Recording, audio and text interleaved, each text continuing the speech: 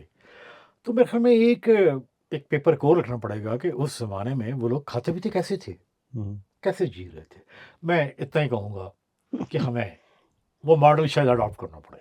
اچھا, آپ کی اس والے سے بھی کوئی ریسرچ ہے؟ کیونکہ آپ, میں دیکھتا ہوں بڑے آرٹیکلز بھی لکھتے رہتے ہیں مختلف چیزوں پہ. اس ملک میں گیس کی لیکیج کتنی ہے؟ دیکھیے خواجہ صاحب اگر میں لکھتا ہوں تو میں بڑے لوگ کہتے ہیں تو لکھ رہا ہوں, میں کہ یار 62 سال کی عمر میں اب بھی نہ لکھوں. جب اتنا ایکسپیرینس, جب آپ یونیورسٹی کے ایکسلنس سینٹرز کے کو فاؤنڈر ہوں, جب آپ نے نیا بھی کام کیا, فلاں جگہ کام کیا, اب ٹائم نہیں آیا کہ میں لکھوں. جو اپنے تجربات ہیں, جو دیکھا, حوادث ہیں. جو سنا, میرے خیال میں مجھے بڑی جلدی کرنی چاہیے. اب آپ نے کہا دی لیکیج کتنی ہے. دیکھیں جو ڈاکومنٹڈ ہے وہ ہے 18 سے 22%. 18 سے 20% جو ملک کی گیس ہے وہ لیک ہو رہی ہے, یہ آفیشل ضائع ہو رہی ہے. یہ بس آفیشل ہے. اب دیکھیے پاکستان کی جو ڈیلی کنزمپشن ہے وہ 3 ارب مکعب فٹ ہے, کیوبک فٹ ہے. اب کمپیئر کریں امریکہ, چائنا, باقی ملکوں میں جب پائپڈ گیس ہے, پہلے میرے خیال میں ہونی بھی نہیں چاہیے تھی بائی دا وے گاؤں کے لیے, وہاں پہ 2 سے 4% ہے. ہمارے ہاں آفیشیل کتنی ہے؟ آفیشیل ہے آپ کیسے 18 سے 22%. اور حقیقی صورتحال کیا ہے؟ حقیقی صورتحال تو یہ ہے کہ اگر meter S N G P L اور ایس ایس جی سی یعنی دونوں یوٹیلیٹی ایک دیتی ہے سندھ بلوچستان میں, ایک کے پی کیبل پنجاب میں, آج اگر ریئل ٹائم میٹر لگے اور پتہ چلے کہ کتنی ہے تو سر وہ میں بھی غلط ثابت ہوں گا. کتنی ہے؟ دیکھیں کس کس نے پائپ لگائے ہوئے, کتنے انلیگل کنیکشنز ہیں. یہ ہمارا جو سٹاف ہے یہ ان کو پتہ ہے, یہ مجھے آپ کو نہیں پتہ. اٹس اے بزنس, یہ ایک انڈسٹری ہے. اس انڈسٹری میں مجھے اور آپ کو کیوں شیئر کریں ڈیٹا. لیکن جب آپ بڑا کلوزلی دیکھتے ہیں بکس کو, اور دیکھیے میں بات کرنے لگوں, یہ جو بڑی بڑی کارپوریٹس ہیں جیسے لیٹ سے بینکس ہیں, یہ وہ ہے, کبھی انہوں نے چیک نہیں کیا وہ جو فلینج ہے جو باہر لگی ہوتی ہے وہ گول سی, کہ بتائیں گیس کتنی آئی ہے کتنی نہیں آئی ہے. بعض کا سمارٹلی یہ لوگ بڑے کارپوریٹ میں ادھر بھی ڈال دیتے ہیں. اور پھر ایک اور بات ہے, ہماری جو میٹرنگ ہے وہ بڑی میکینیکل سی ہے, وہی ہے جو آج سے 50 سال پہلے والی ہے. مجھے خواہش صاحب اس پہ بڑا دکھ ہوتا ہے. میرے آپ کے سامنے اسمارٹ موبائل ہے, ہم آج کہاں تک آ گئے, لیکن کبھی بھی S N G P L, S S G C, یہ ٹیکنالوجی کبھی بھی نہیں لے کے آئیں گے وہاں پہ. میٹرنگ کے لیے real time monitoring and accountability یہ تو نہیں چاہتے نا. آج اگر آپ دیکھتے کہ پاکستان میں جس طرح کے پرابلم ہیں, جو مسئلے ہیں, اصل ایشو ہے شفافیت کا, ٹرانسپیرنسی کا. یہ کوئی لمبی بحث ہے. ایک ہی بات کہوں گا, آج اگر جتنے یہ 2 لے کے آ رہے ہیں کارگو یا 3 کارگو لے کے آ رہے ہیں قطر سے, وہ پیسے اس پہ لگا دیں تو آدھے پیسوں پہ ہماری یہ گیس کی لیکیج ختم ہو جائے گی۔ اچھا عباسی صاحب، یہ جو گیس چوری بھی ہے اور لیکیج بھی ہے، کوئی بھی نام دے لیں اسے آپ، یہ مجھے یہ بتائیں کہ اس کا جو اثر الٹیمیٹلی تو عام صارف پہ پڑتا ہے نا، جو عام ایک صارف ہے وہ اپنے بل سے پے کرتا ہے پھر؟ خواجہ صاحب نہ صرف بل سے پے کرتا ہے، بلکہ آپ کو یہ پتا ہوگا کہ جو سندھ کی یوٹیلیٹی ہے جسے کہتے ہیں ایس ایس جی سی اور یہاں پہ S N G P L, media reports ہیں، مجھے ایگزیکٹ اب نہیں پتا، 70 لاکھ اس کی سیلری ہے ایم ڈیز کی، وہ بھی میں آپ، اور وہ جو تندور سے روٹی کھاتا وہ بھی ہم اسے دیتے ہیں۔ کمپیرزن کیا جائے کہ دنیا میں جو اور گیس یوٹیلیٹیز ہیں، یعنی جو گیس سپلائی کرتی ہیں، ان کا بزنس کتنا ہے، اور یہ لاسن میں بھی ہے، ان کے ایم ڈیز کی تنخواہ کتنی ہے، یہ بھی دل کو لگتی ہے جا کے بات ہے۔ 70 لاکھ روپے تنخواہیں ہیں۔ یہ پبلک کے سامنے آنے چاہیے کتنی ہے، میرے پاس ایگزیکٹ فگر نہیں ہے، لیکن یہ بات ہے اس کے قریب ترین ہے، شاید پبلک ہونی چاہیے نا۔ بالکل دیکھیں خواہش صاحب بات سنیں، آپ ماشاءاللہ بارش بھی ہیں، ہم اکثر باتیں سنتے رہتے ہیں وزیر اعظم کی، وزیروں کی، اور ہمیں لیکچر ملتے رہتے ہیں حضرت عمر کے، جو یہ کہتے تھے کہ اگر میرے کپڑے سے پہنوں تو مجھ سے پوچھو یہ کہاں سے آئے ہیں۔ بالکل جمعے کون سی جمعے کی نماز میں مگر کوئی ہزار دفعہ سن چکا ہوں، ہم یہ پوچھتے ہیں کہ وہ جو یہ آپ باتیں کرتے ہیں کیا ہمیں پوچھنے کا حق نہیں ہے؟ گیس کی لیکیج کتنی ہے، ایم ڈی کی سیلریز کتنی ہے، اور سب سے جو بڑی بات ہے اس کے لیے اوپر ایک ہم نے انسپیکٹر تھانے بٹھایا ہوا ہے، ایس ایچ او اوگرا، اس کا کیا کام ہے؟ جو باتیں میں اور آپ کر رہے ہیں نا، یہ باتیں بیسیکلی ایک ریگولیٹر بنا تھا، اس کا کام تھا میرے آپ کے رائٹس کا تحفظ تو ریگولیٹر اتھارٹی نے اس کا کرنا کام تھا ہے۔ نا۔